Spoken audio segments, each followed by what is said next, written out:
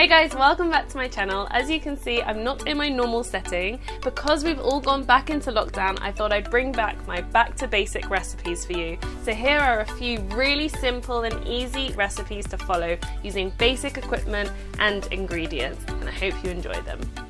Now, even though banana bread is already one of the most popular things to make, I promised you that I'd share my recipe. I used to make this all the time when I was working in a cafe, and it was extremely popular amongst the customers. Now, the secret to a good banana bread is using old bananas. So I know this looks a bit gross right now, but you want the blackest bananas possible. When they're so old, they're extremely sweet and therefore gives the rich banana taste. If you don't actually have old bananas, there is a little trick you can do. You can chop up the bananas, put them in the freezer for a few hours, then take them out, and as they defrost, they go a bit dark. I actually did that right here, and they've actually released some syrup. So you can see how sweet these bananas are, even though they don't look that appealing. So I'm going to start by mashing them up with a fork. I quite like leaving some lumps of banana because it's quite a nice treat when you get to bite into it.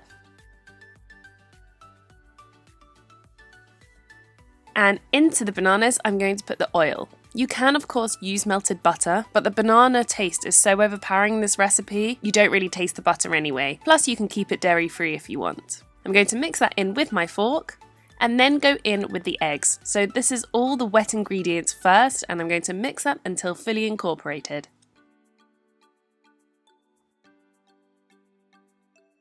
I'm then going to go in with my sugars. So I've got a mixture of white and dark sugar, but you can use a light brown sugar if you do have. And mix that through, and I'm just going to make sure that all those big sugar lumps are fully mixed in. And you can see I'm using the same fork that I used at the beginning, just to avoid that extra washing up.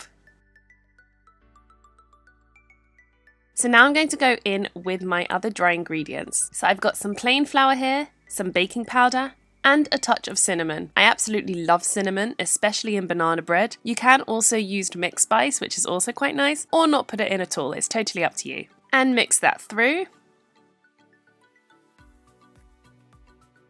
And swap to a spatula just so I can scrape around the sides of the bowl to make sure all that flour is mixed in. And that is the batter done. So you can still see lumps of banana within the batter, and it already looks really delicious. So I'm going to use a loaf tin here. Now this is a normal size pound loaf tin. Firstly, I'm going to grease the tin with some oil, sides as well. And then I'm going to get a rectangular piece of baking paper. I'm then going to place the tin on top and cut diagonal lines from the corner of the paper to the corner of the tin. Then when it comes to putting in the tin, where I've cut, naturally fold instead of bunch up. And that's how you get straighter edges of paper in the cake tin. Now, I did have quite a big piece of paper, so I am going to trim off some of the excess, but you can see that I can flatten out where the corners are quite easily because of where I cut. Make sure it's stuck to the oil. So I have been preheating my oven at 175 degrees Celsius, and now I can fill the tin with the batter.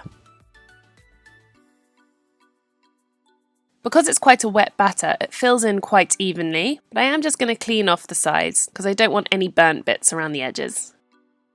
Now you can cook it like this, but I like to go in with a little bit of decoration. Now some people actually slice a banana and place it on top, but the last time I did it, I actually found the banana kind of became a little bit mushy and not as nice to eat. So I actually prefer using dried banana chips. I'm going to scatter them along the top, just down the middle, and they're going to look really nice once the banana bread's done. They also don't burn in the oven too. So for me, this is a great decoration for banana bread, because it's not the most decorated cake anyway. So it's ready to go in the oven. It's going to bake for about 50 minutes to an hour because it's quite a large loaf, but do check on it after about 45 minutes because every oven is different.